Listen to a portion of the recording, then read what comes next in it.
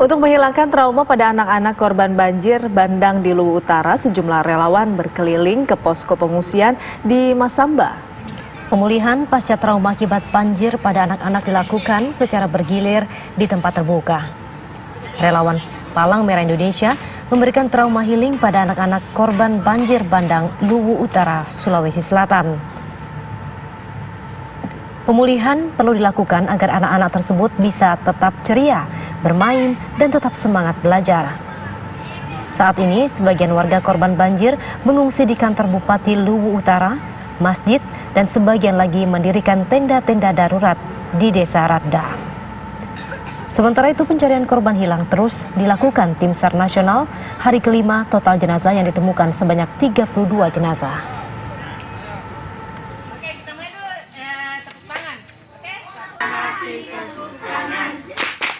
Oke, kita ganti menjadi petik gali.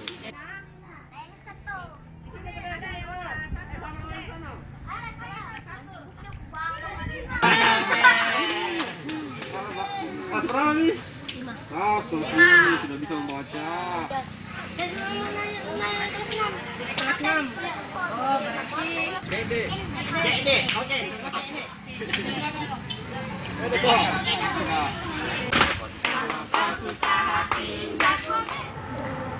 Pemulihan pasca trauma akibat banjir pada anak-anak dilakukan secara bergilir di tempat terbuka. Informasi terbuka akan disampaikan oleh rekan kami Syamsul Ma'arif dan juga Haswandi di Masamba, Luwu Utara.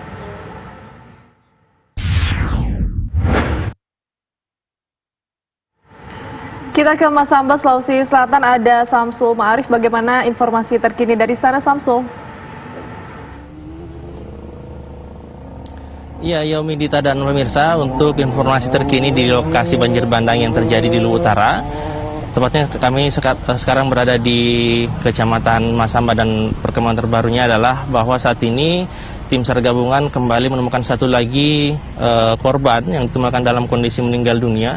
Korban ini ditemukan di Desa Radda sekitar pukul 11.30 waktu Indonesia Tengah. Tentunya dengan penemuan korban ini mengurangi jumlah daftar pencarian yang saat ini tinggal, jika kemarin ada 16 orang yang masih dicari, saat ini berkurang menjadi 15 orang. Namun tentu saja kita berharap agar para keluarga segera melaporkan keberadaan keluarga-keluarga mereka untuk kembali mengupdate data-data jika saja ada keluarga mereka yang hilang.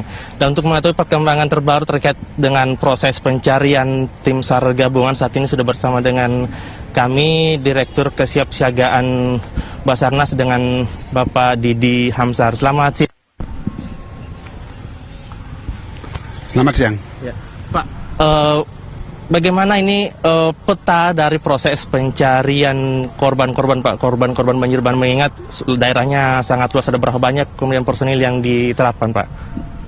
Untuk tanggap darurat SAR pada hari kelima ini, Basarnas dibantu dengan TNI, Polri, dan potensi yang ada, ya, kita sudah berhasil menemukan 33 korban dalam kondisi meninggal sampai siang ini, ya, yang baru terakhir kita temukan satu, dan masih 15 orang dalam pencarian. Jadi, nah, Basarnas sebagai bagian dari posko di BPBD, kita tetap membuka posko pengaduan masyarakat, ya, karena terakhir kita terima laporan dari masyarakat tanggal 15 Juli kemarin. Sampai sekarang alhamdulillah belum ada penambahan pengaduan tentang warga yang hilang. Jadi dengan ditemukan satu target siang ini, tim kita Basarnas dibantu dengan TNI SAR, kita fokus untuk melakukan pencarian untuk 15 orang yang masih belum ditemukan.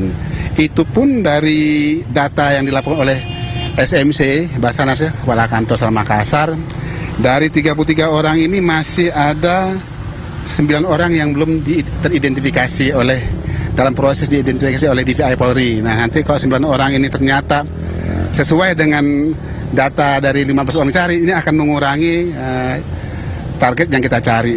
Jadi kita dengan 9 orang yang diidentifikasi ini, kita masih berpotensi untuk mengurangi DP, ya, dan mencari. Artinya kalau memang 9 itu sesuai, berarti hasil DVI itu akan menegaskan jumlah berapa yang kita cari, tinggal 7 orang. Tapi sementara karena belum diidentifikasi, kita masih berasumsi yang kita cari 15 orang seperti itu. Pak, bagaimana dengan peta pencarian? Apakah petanya diperluaskah atau ternyata hari ini tim SAR gabungan sudah berhasil masuk ke daerah-daerah yang kemarin belum sempat dimasuki, Pak? Sesuai dengan rencana operasi yang disusun oleh SMC yang sudah di briefing kepada potensi membantu, kita fokus memang masih di 2 wilayah, yaitu di Desa Rada dan Masamba. Kekuatan yang membantu Basarnas kurang lebih dari itu 783 orang, dan ini terus bertambah ya. Lagi yang kemarin hanya kurang lebih 600, sekarang sudah terdata 783 orang. Nah, ini memang kita perluas ke radius pencarian dan juga sambil melakukan pembersihan parit-parit dan jalan. Kita tetap melakukan upaya untuk memantau, mana tahu di bawah tumpukan lumpur dan tumpukan-tumpukan kayu kita bisa menemukan target. Jadi seperti itu. Berarti memang medan yang harus dilalui oleh tim SAR gabungan ini terdiri material lumpur yang sangat menyulitkan, Pak, ya? Ya, kali ini memang banjir bandang ini kan selain air dia membawa lumpur, karena ada 20 titik lokasi di pegunungan yang longsor bersamaan di Rada dan di Kapuna ini yang menyebabkan terjadinya korban. Apakah nanti tanggap bencana akan diperpanjang, mengingat ini sudah hampir, biasanya kan ada sampai 7 hari kemudian diperpanjang lagi. Bagaimana dengan kondisi yang di Masamba, apakah masih akan ditambah lagi 7 harinya ke depan seperti apa, Pak? Terkait bahwa dari BPBD telah menetapkan 30 hari untuk masa tanggap darurat. Nih, tanggap darurat kan secara bersamaan untuk pencarian, untuk medis dan kebutuhan dasar. Nah, untuk Basarnas kita punya prosedur 7 hari operasi. Ini hari kelima, nanti akan kita lihat di 2 hari ke depan.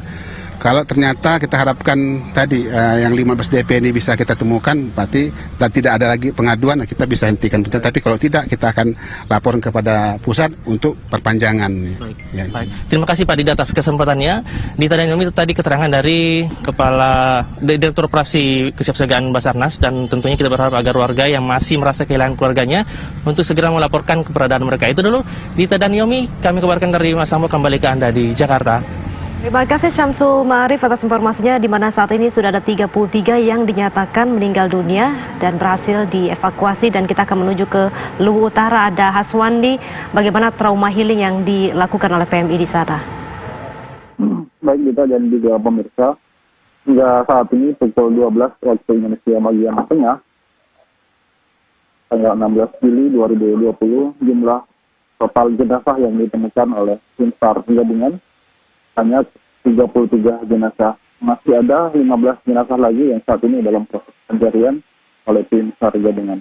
Selain itu, tim dari seluruh yang terlibat dalam penanganan banjir bandang Kabupaten Luwu Utara ini, TNI dan juga TNI Polri, melakukan trauma healing terhadap anak-anak yang menjadi korban banjir. Trauma healing itu dilakukan untuk menghilangkan trauma kepada anak-anak yang menjadi korban banjir. Trauma healing dilakukan dengan cara berkeliling, mendatangi posko-posko pengungsian, kemudian mendata anak-anak yang menjadi korban, dan mereka memberikan permen, mainan, dan juga mengajak mereka untuk bermain dan bernyanyi bersama. Hal itu dilakukan agar anak-anak yang berada di pengungsian ini tidak bosan dan mereka tetap bisa ceria, walaupun sebenarnya mereka tertimpa musibah, karena rumah mereka dan tidak jarang juga ada anak-anak yang terpisah dengan orang tuanya. Seperti yang dirasakan oleh Alika Kadir, yang hingga hari ini di hari kelima masih melakukan pencarian ibunya yang terpisah di saat banjir bandang terjadi. Dita. Baik, dengan adanya anak yang terpisah tersebut, bagaimana upaya dari pihak petugas di sana untuk mendata berapa banyak sebenarnya keluarga yang kehilangan, baik itu anak, kehilangan orang tua maupun kehilangan saudara? Baik, Dita, proses pendataan terhadap keluarga korban banjir yang hilang atau terpisah dengan keluarganya memang cukup sulit, karena warga secara mandiri melakukan pencarian di posko-posko atau di tenda-tenda darurat. Sehingga posko induk BPBD yang ada di kantor BPBD Kabupaten Luwu Utara kesulitan untuk mendata secara real berapa sebenarnya warga yang saat ini hilang. karena warga hanya datang secara satu persatu datang di BPBD dan tidak terfokus, sehingga pendataan seperti ini menyulitkan untuk mengetahui jumlah pasti berapa warga yang masih kehilangan anggota keluarganya. Namun yang pasti yang terdata hingga saat ini tanggal 16 Juli 2020 masih ada 15 warga yang dinyatakan hilang. Namun data itu saja bertambah karena seperti yang saya sebutkan tadi, masih banyak warga yang secara mandiri melakukan pencarian terhadap anggota keluarganya yang terpisah sejak malam pertama terjadinya banjir bandang di Masamba, Luwu Utara. Bisa.